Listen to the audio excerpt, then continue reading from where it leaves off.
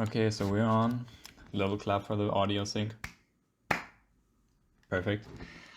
So yeah, I'm gonna be rambling on about this map that I'm currently doing and some of the things, like the reasoning of why I do them and why I think they're pretty.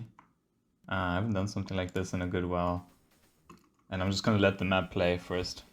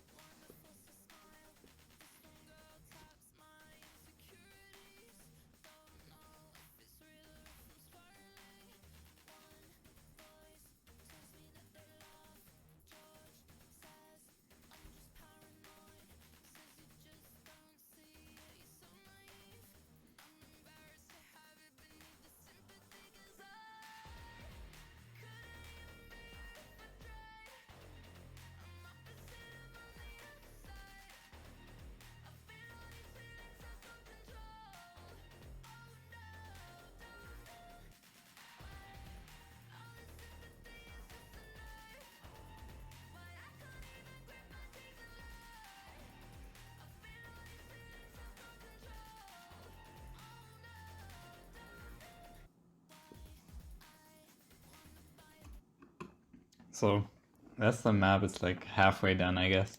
And I figured, like, I just explained some of the thought processes behind these objects. So before even going into this map, I know the song, right? It's off Brat, her new album. The song is called Sympathy. What? Sympathy is a knife. And it's got this 1/4 like whatever instrument this is, like this didn't basically these double kicks, right? These ones. And like I figured this can make for some interesting rhythm, and like of course everybody's first thought would be to map something like this, because this not a lot of songs allow for this, so it makes for quite interesting rhythm choice, you know. And there's nothing wrong with that, but I figured I've done stuff like this before where I utilize doubles a lot, and what I really don't like is that sometimes, like, doing this for more intense sections for more intense sections where you want more rhythm density, it doesn't feel very good in my opinion. Like, something about it, and for very intense section, it just feels too dense. And the doubles aren't, like, feels like it could be emphasized more. So I go for these 1/4 sliders, which you don't really see that much nowadays, where the slider tail is as important as a as a slider head, basically. And you don't see 1/4 sliders used like this usually, because most of the time that you'll have an important sound on the head, and then obviously less important sound or even no sound sometimes on the tail. And then I keep the slider tail importance through here, and even do a little reverse, right? So that's kind of my idea going through the rhythm. I don't want to repeat the rhythm all the times. So like here, where there's a clap on the white tick, you can't just do what I did before. You could, but there's a clap here which is ignored. It's going to be even worse when you hit sound and then this doesn't have a clap and then all the other parts have a clap. It's going to be noticeably off. And you could do something like this. I do it occasionally. I don't like it that much though. So I figured this is also a cool way to emphasize this rhythm. Now these aren't the same anymore, but they still kind of fit together nicely because there's a vocal on the tail here and a vocal on the tail here. One, share the space. But yeah, you need some kind of rhythmic variety, so that's one of the main variants I choose from what I explained here, because you can't just you can't just have the same rhythm throughout the whole map. It's going to be kind of annoying and limit your choices. As for aesthetics, for this map I very much focused on through lines of straight sliders and stuff like this. So you can see here, like, look at the follow points as well. This is something I like to have a skin that has follow points when I map. You see that the straight sliders very often line up with follow points. And then whenever there's a relationship between a straight slider and a curved slider, I try to lead the straight slider into the curve quite perfectly. And then going from this curved slider to here, you also have a very perfect curve. Just, I mean, it's in the other direction, but I still think this relationship is clear. Then it goes without saying, like, 90 degree, it's not exactly, you know, I eyeball this stuff, but like 90 degrees, and then flip it, Control H, Control J. That's kind of how you get the angles. But of course, you can, it's always with respect to some line of symmetry. I mean, if you have this, right, the line of symmetry which you reflect this on is the actual play field, like X and Y. But for something like this, the symmetry line is actually here. So so you can do that through here.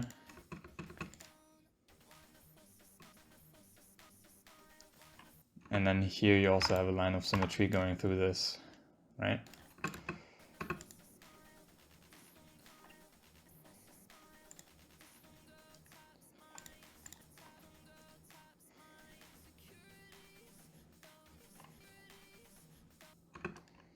This is some pretty interesting movement. I mean, I don't carry this concept throughout, but I like this kind of a movement where this is kind of a payoff, because you get to have the, like, because from here to here is uncomfortable movement, right? Because from 2 to 3, from 2 onwards, you kind of want to follow that.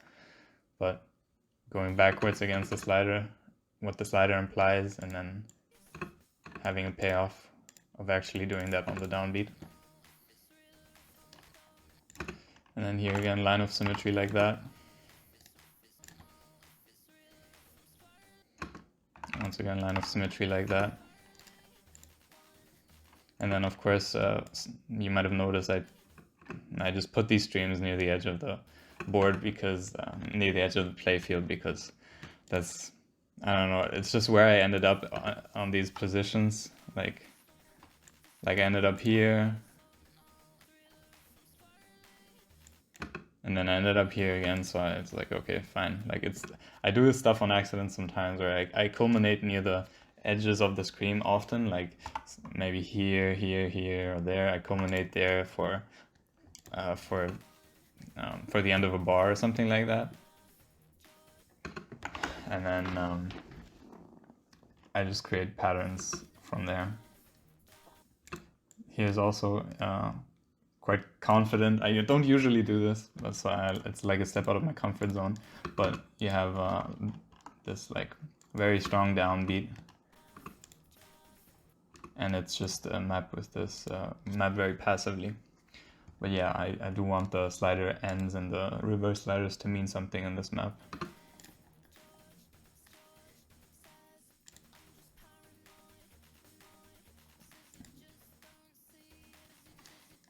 Also, I contrast slider velocities, of course. You have just a clap and some vocal, just a clap and some vocals here, and then you can't, like, it's like 0.07, 0.75 and 1.5.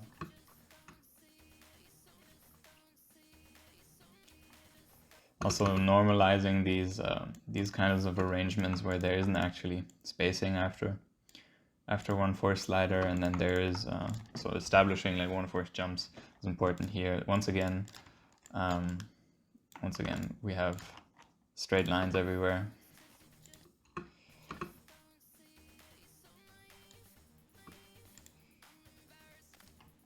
I also trying out these sliders, which I don't often use, but I'm trying to get them in my repertoire. These are basically like, I think of them as like 2/3 of a triangle. Yeah. And then once again, like even with circles before these, like they line up in perfect lines. Like the line of symmetry of this slider lines up perfectly with these two. Same here, this lines up, boom, and then the line from this slider tail to this circle to this slider is also a straight line. So like this is why I think some of these things look good. I mean, a lot of people think different things look good, but like this is my rationalization as to why I think this looks nice. And then this thing, which you really want to emphasize as a mapper, right? Like, how am I going to do this? It's like, it's so special. So I do it by kind of hiding it in this overlap and using this rare concept where you have no spacing at all after the slider tail. And of course, super like SV as slow as it gets. Once again, line between here and here. I think that should be clear.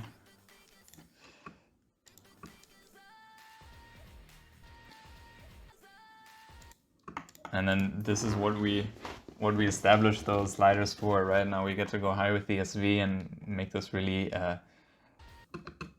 make this really encompassing to play. You use your whole like the whole play field with your mouse. I also chose circle size quite large because of stuff like this. So for it to be more lenient, because circle size also makes it easier to hit the slider tails. And then afterwards I have this stop just to contrast the movement. This of course is like on this axis of symmetry, if it was here, but then it's tilted a little bit to make it more interesting, because you've likely seen something like this before, something like this, a bit more interesting. I use a similar concept afterwards, right, where I use this. I think it's a bit cooler, just like play on the symmetry, but change it a little bit up.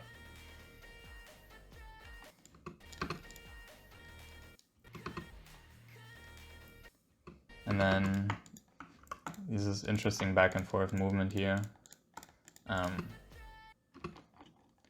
Also making the reverse slider like this is an interesting emphasis, right?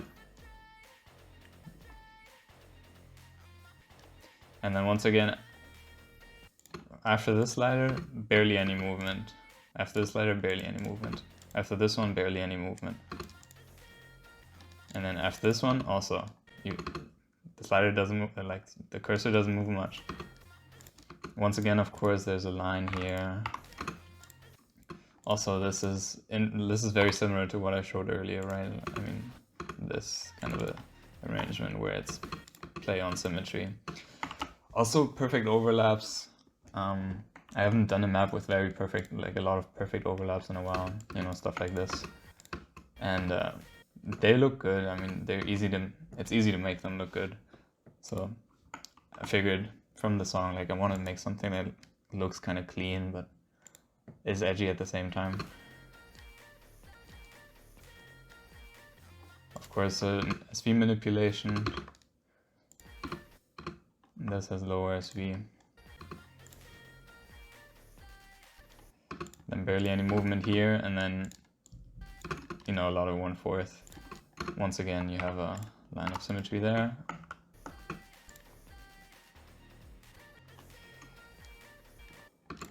And these are also parallel.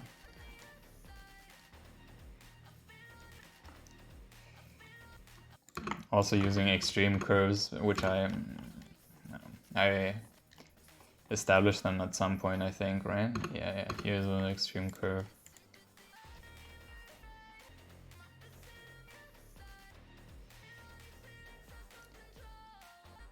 This is really nice in my opinion. Um, like the way this plays, I choose my sliders in a way where they're complex, yes, but to me this I want the player to simplify this like this. This basically plays like a circle, right? I mean, it just goes up to itself. It's like a little bit of a bounce here, and then you go that way. I want the player to simplify this slider as kind of a straight slider, like that. And then this is basically like a slight curve upwards. Or, I mean, you can even simplify it like that, right? And then for this vocal, that's very held, lowest V, and you go down this whole way you went just now. You go down, and the slider catches your, like, you see again, like the the lines I was talking about. The line you go downwards from the slider tail leads into this, leads into the curve, and so this movement, which is very straight and back down, is contrasted with the movement you go through on the slider body. Up, down, and then you do a little slow, like emphasized. You really take your time with the curve, and I even extend the curve to the white tick for this reason. I mean, you could, you know, a lot of people would do this. Sure, works as well. It's also nice, but then, you know, I wanted to really go on here.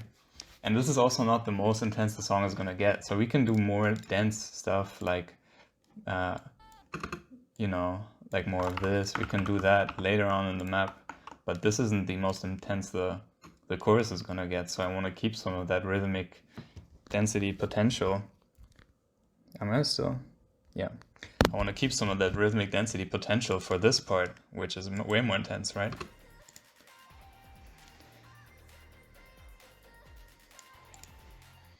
Super nice. Like, hi-hat is longer, vocal is going crazy. So I'm very excited to map that part.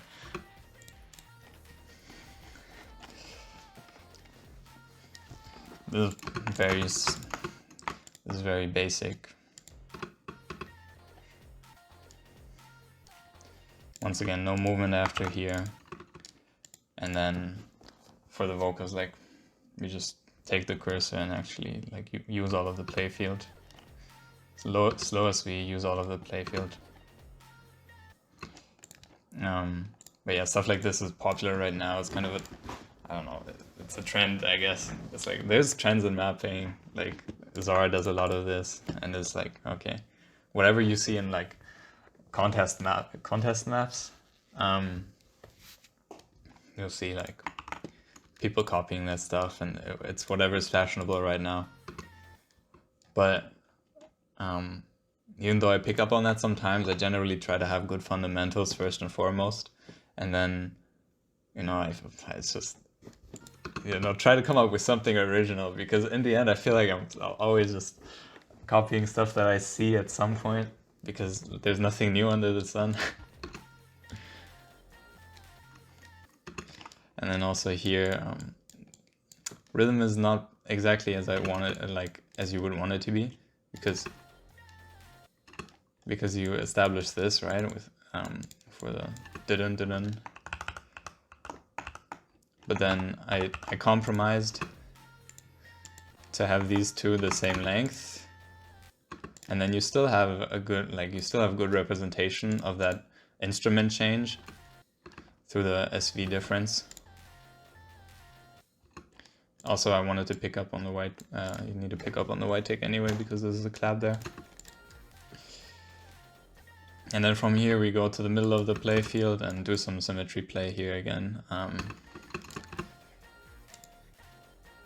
Also this slider relation of like, of this kind of a lightning bolt slider with the red ticks, or the red tick wave slider. This relation with the it has a nice relation with a very curved slider, right? I think it's cool. I think AK-74 did that, or that's where I got it from. Back in the day when I first started mapping, this was really popular. You know, having wave sliders interact with curved sliders like that. And yeah, like it's also nice, but nowadays like wave sliders are not, they're just not in fashion that much anymore, at least not in the way you used to style them back in the day. It's kind of funny how it goes, right? I mean, you used to see this a lot, like you used to see the slider relation and other sorts of it. Nowadays you don't really see that anymore because it's been like overdone, and once you see enough like bad imitations of it, it starts to get kind of okay. Like let's move on. And then once I'm down here anyway, I use that concept where I put the stream on the edge of the play field. Might as well, right? Because I'm perfectly positioned to it, and it also makes it kind of unique because so far I've only used it on the sides, here and here. Now I use it down there, which feels a little more special because it's symmetrical within itself, right? With regard to this axis. I don't know. 1/4 jump to the clap. Even higher SV now that the hi-hat kicks in the background. SV4 now, so listen to the background. No hi-hat. Now the hi-hat's playing. On every 1/4 tick, the hi-hat's playing.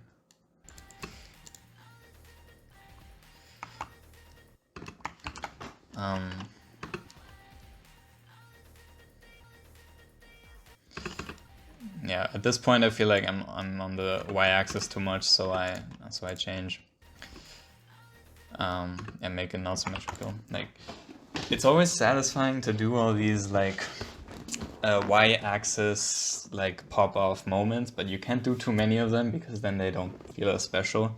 So like you need to try to do other stuff. Once again, kind of a line of symmetry here. Also the movement I think is interesting, because here you kind of curve upwards, and then from here to here it's very linear, and these sliders have this nice little, like, I like the movement of these sliders because they have this effect of catching your movement a little bit. Like you snap to 2, and then for the first little bit, the slider like catches your impact from the previous object, and it allows you to go through the slider with more control and like more bounce. Even though it's more intense here now, I still keep with that barely any movement after these sliders. It gives, like, I think it gives them sliders with important slider tails more emphasis if you follow them and then stop where they stop. And then you have this stop and go kind of effect. When the stream kicks in, you accelerate from here again, because I utilize very insane 1/4 spacing. Also emphasizing the clap again, as I did before, right here, because with all of these, like the movement, you move up, and then this is the final movement, the final object you move down to. Barely any movement, and now because the hi-hat's there, right, I use the 1/4, so now you have a little triple here. Of course, there's also a hi-hat here, so I could also utilize this, right? I mean, why not this? It makes more sense. Just fill all the 1/4. I don't think that's good, or at least it's not my intention. Yeah, you could map this as completely 1/4 filled, but I don't think, like, the hi-hat isn't that noticeable. So I still want this object to be kind of isolated. I don't want it to be in a stream with these, because this is a vocal and these are all just hi-hats.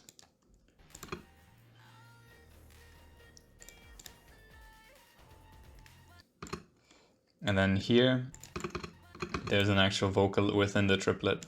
So that's why there's a slider coming from the triplet now. Once again, you have lines. Line coming from here to here. Slider follows perfectly.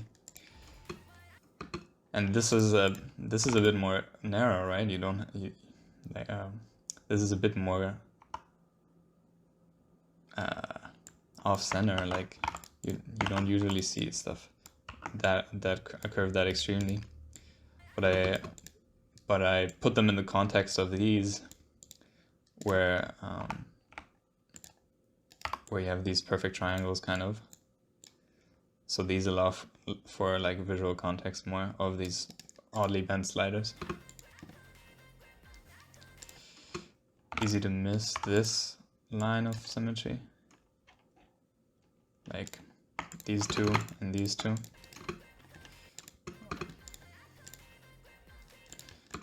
I kind of also want this to be in the middle of this, right? So I put this here. The slider also in line with the line from the previous object, right?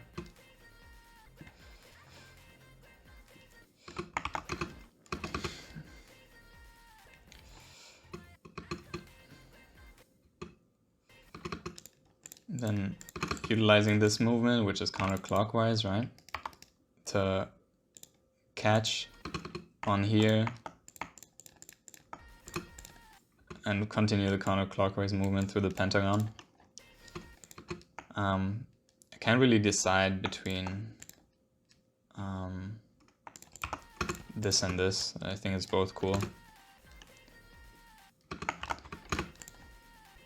I think this is a bit more visually flashy because it has more crossing, like the, what's it called? The follow points, they cross more. Here there's no crossing of the follow points, so you just have this this little parallelogram. But this is like, okay, we have a little X there, like it's more complex. And then here, once again, it's almost perfectly symmetrical, but it's just offset a little bit to make it more visually interesting. It also gives the whole thing a little bit of a direction upward, like this. We're moving up from here to here, from there to there to there. Once again, no movement here. Vocal here.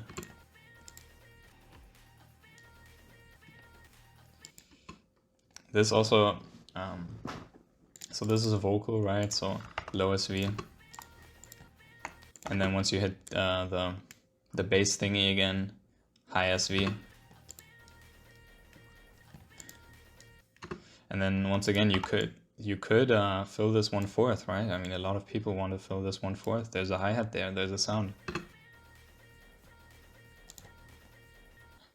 It works, but I'll do that later. You know, like I'll keep that for the part where the hi-hats are actually much louder and the vocal is more intense. So you have some progression in the map, which I really like. I like having global structure and restricting myself a little bit so that the actually intense parts feel more special.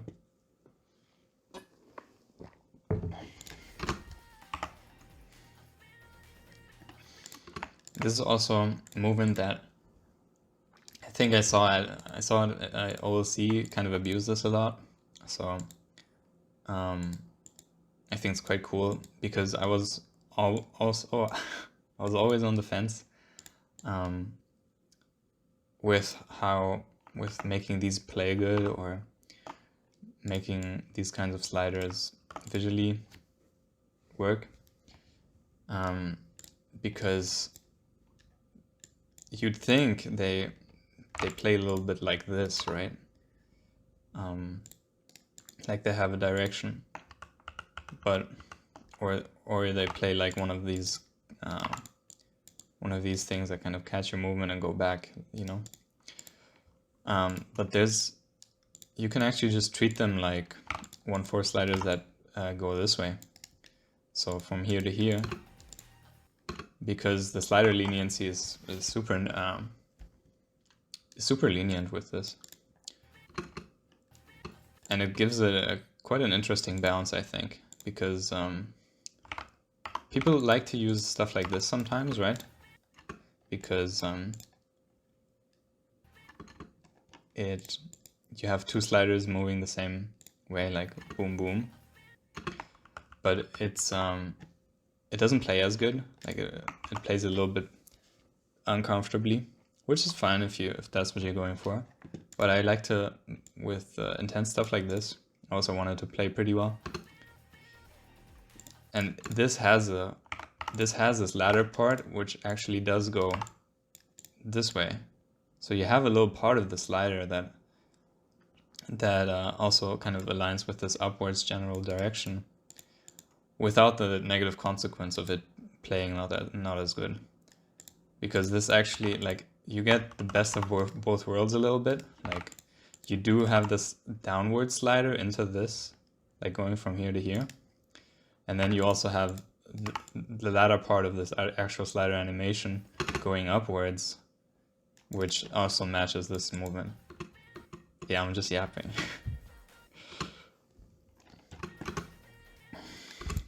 Once again, this is also symmetry, like there's a line of symmetry here.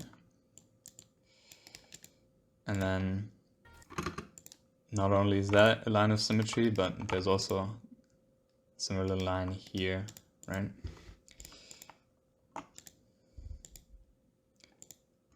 Like if you were to continue these, I mean, this looks ugly, but if you were to continue these, they would form this little shape, and it has symmetry going through here. So this is why I put this straight slider here.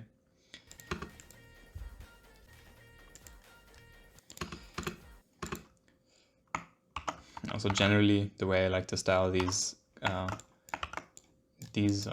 red anchor sliders is to put something within their middle line. Could also do this, right? Could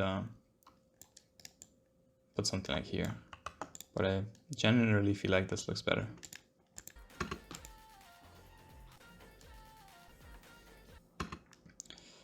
Then utilizing kind of it isn't strict, but this line of symmetry, I guess, I mean, making it obvious is something like this, right?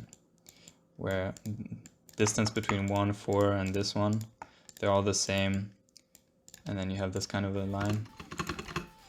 Looks a little too clean for me. Like, I want there to be a little bit of spice to it, but still play the same because it plays nice. And I think this concept with the line of symmetry is cool, but I don't want it to be perfectly symmetrical. As with everything else on this map, I put little twists on it. So that's why I moved this one here. But you still get the movement, which is very sharp, like that. Once again, here it's like, okay, you could make this perfectly symmetrical. With this little line of symmetry, but turning this slider like that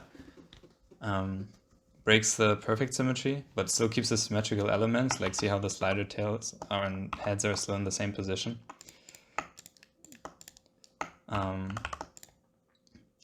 But this also gives the pattern more movement, for going from 2 to 3.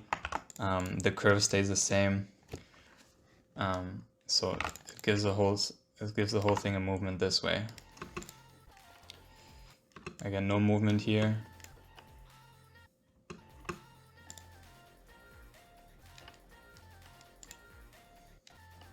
And then again, I culminate very similarly as I did here. I do it with less spacing here because it is less intense. See how there's a big jump to this. Oh, there's like so much tension built up here.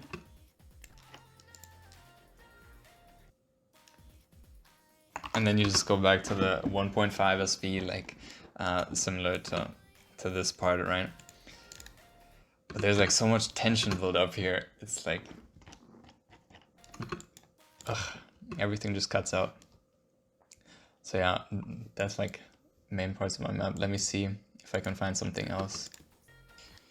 Same concept as earlier, where this latter part of the slider, this part, matches here, because you get this kind of a feeling that it's the same effect you'd have with a slider like this, right? Both sliders pointing the same direction. Looks cool. But that way you can't have that way you can't really have movement that's circular, right? I mean, this movement isn't circular. It's like you move from here to here, and then you move from there to there, and then you move from there to there. It's like that's the way the movement is. But here it's like, okay, this slider does actually imply this part of the movement, and so this is circular. So this way, once again, you kind of get the best of both worlds, I guess, or that's the effect that I'm going for when utilizing sliders like this, leading into larger sliders.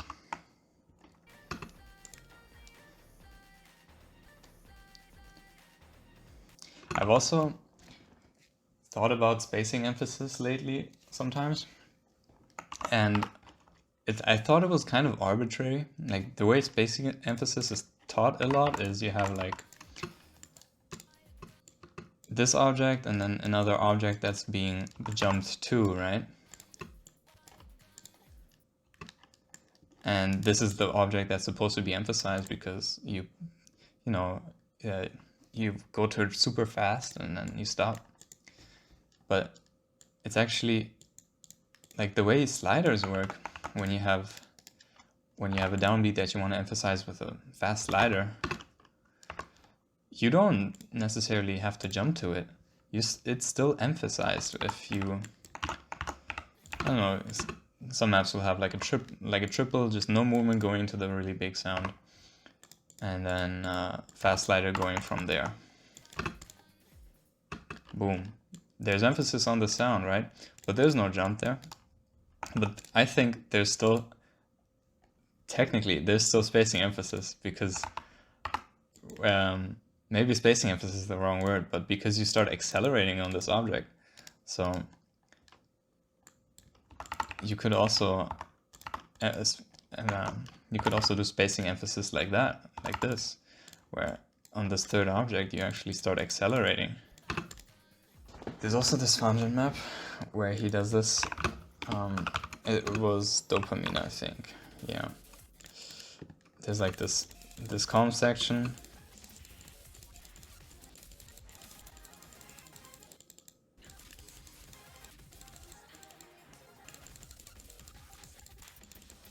Here it is, yeah. Yeah. So this also, you think, oh, this is like textbook spacing emphasis. It isn't. Textbook spacing emphasis is this. Like,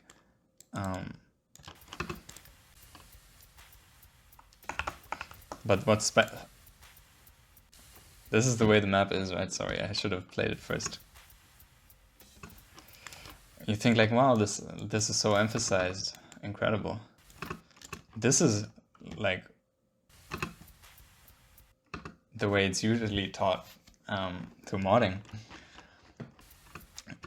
where okay, you have high spacing for this, but 7 is not an important sound, so there should be no spacing to 7, right? But this does feel more emphasized, and it's because 6 is alone on the playfield, because it's not necessarily spacing emphasis, because this has the same spacing emphasis as this, but this is like position emphasis, you know? It's kind of a weird way to think about it. Yes, this map is really funny.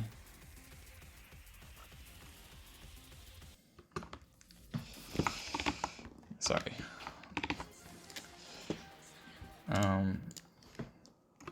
Yeah, let's see if I can still find something to talk about here, because I've already been yapping quite a lot.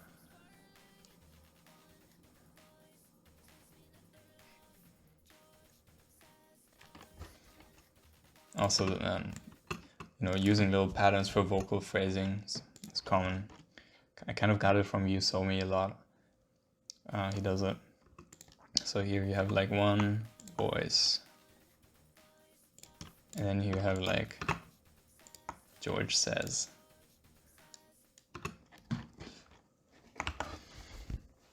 Yeah, once again, same instrument, same position. I mean, there's maps that take that to the extreme, right? But I don't want to limit myself too much here.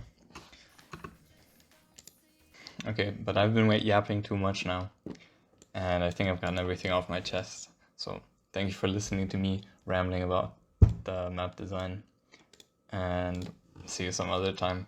Bye bye.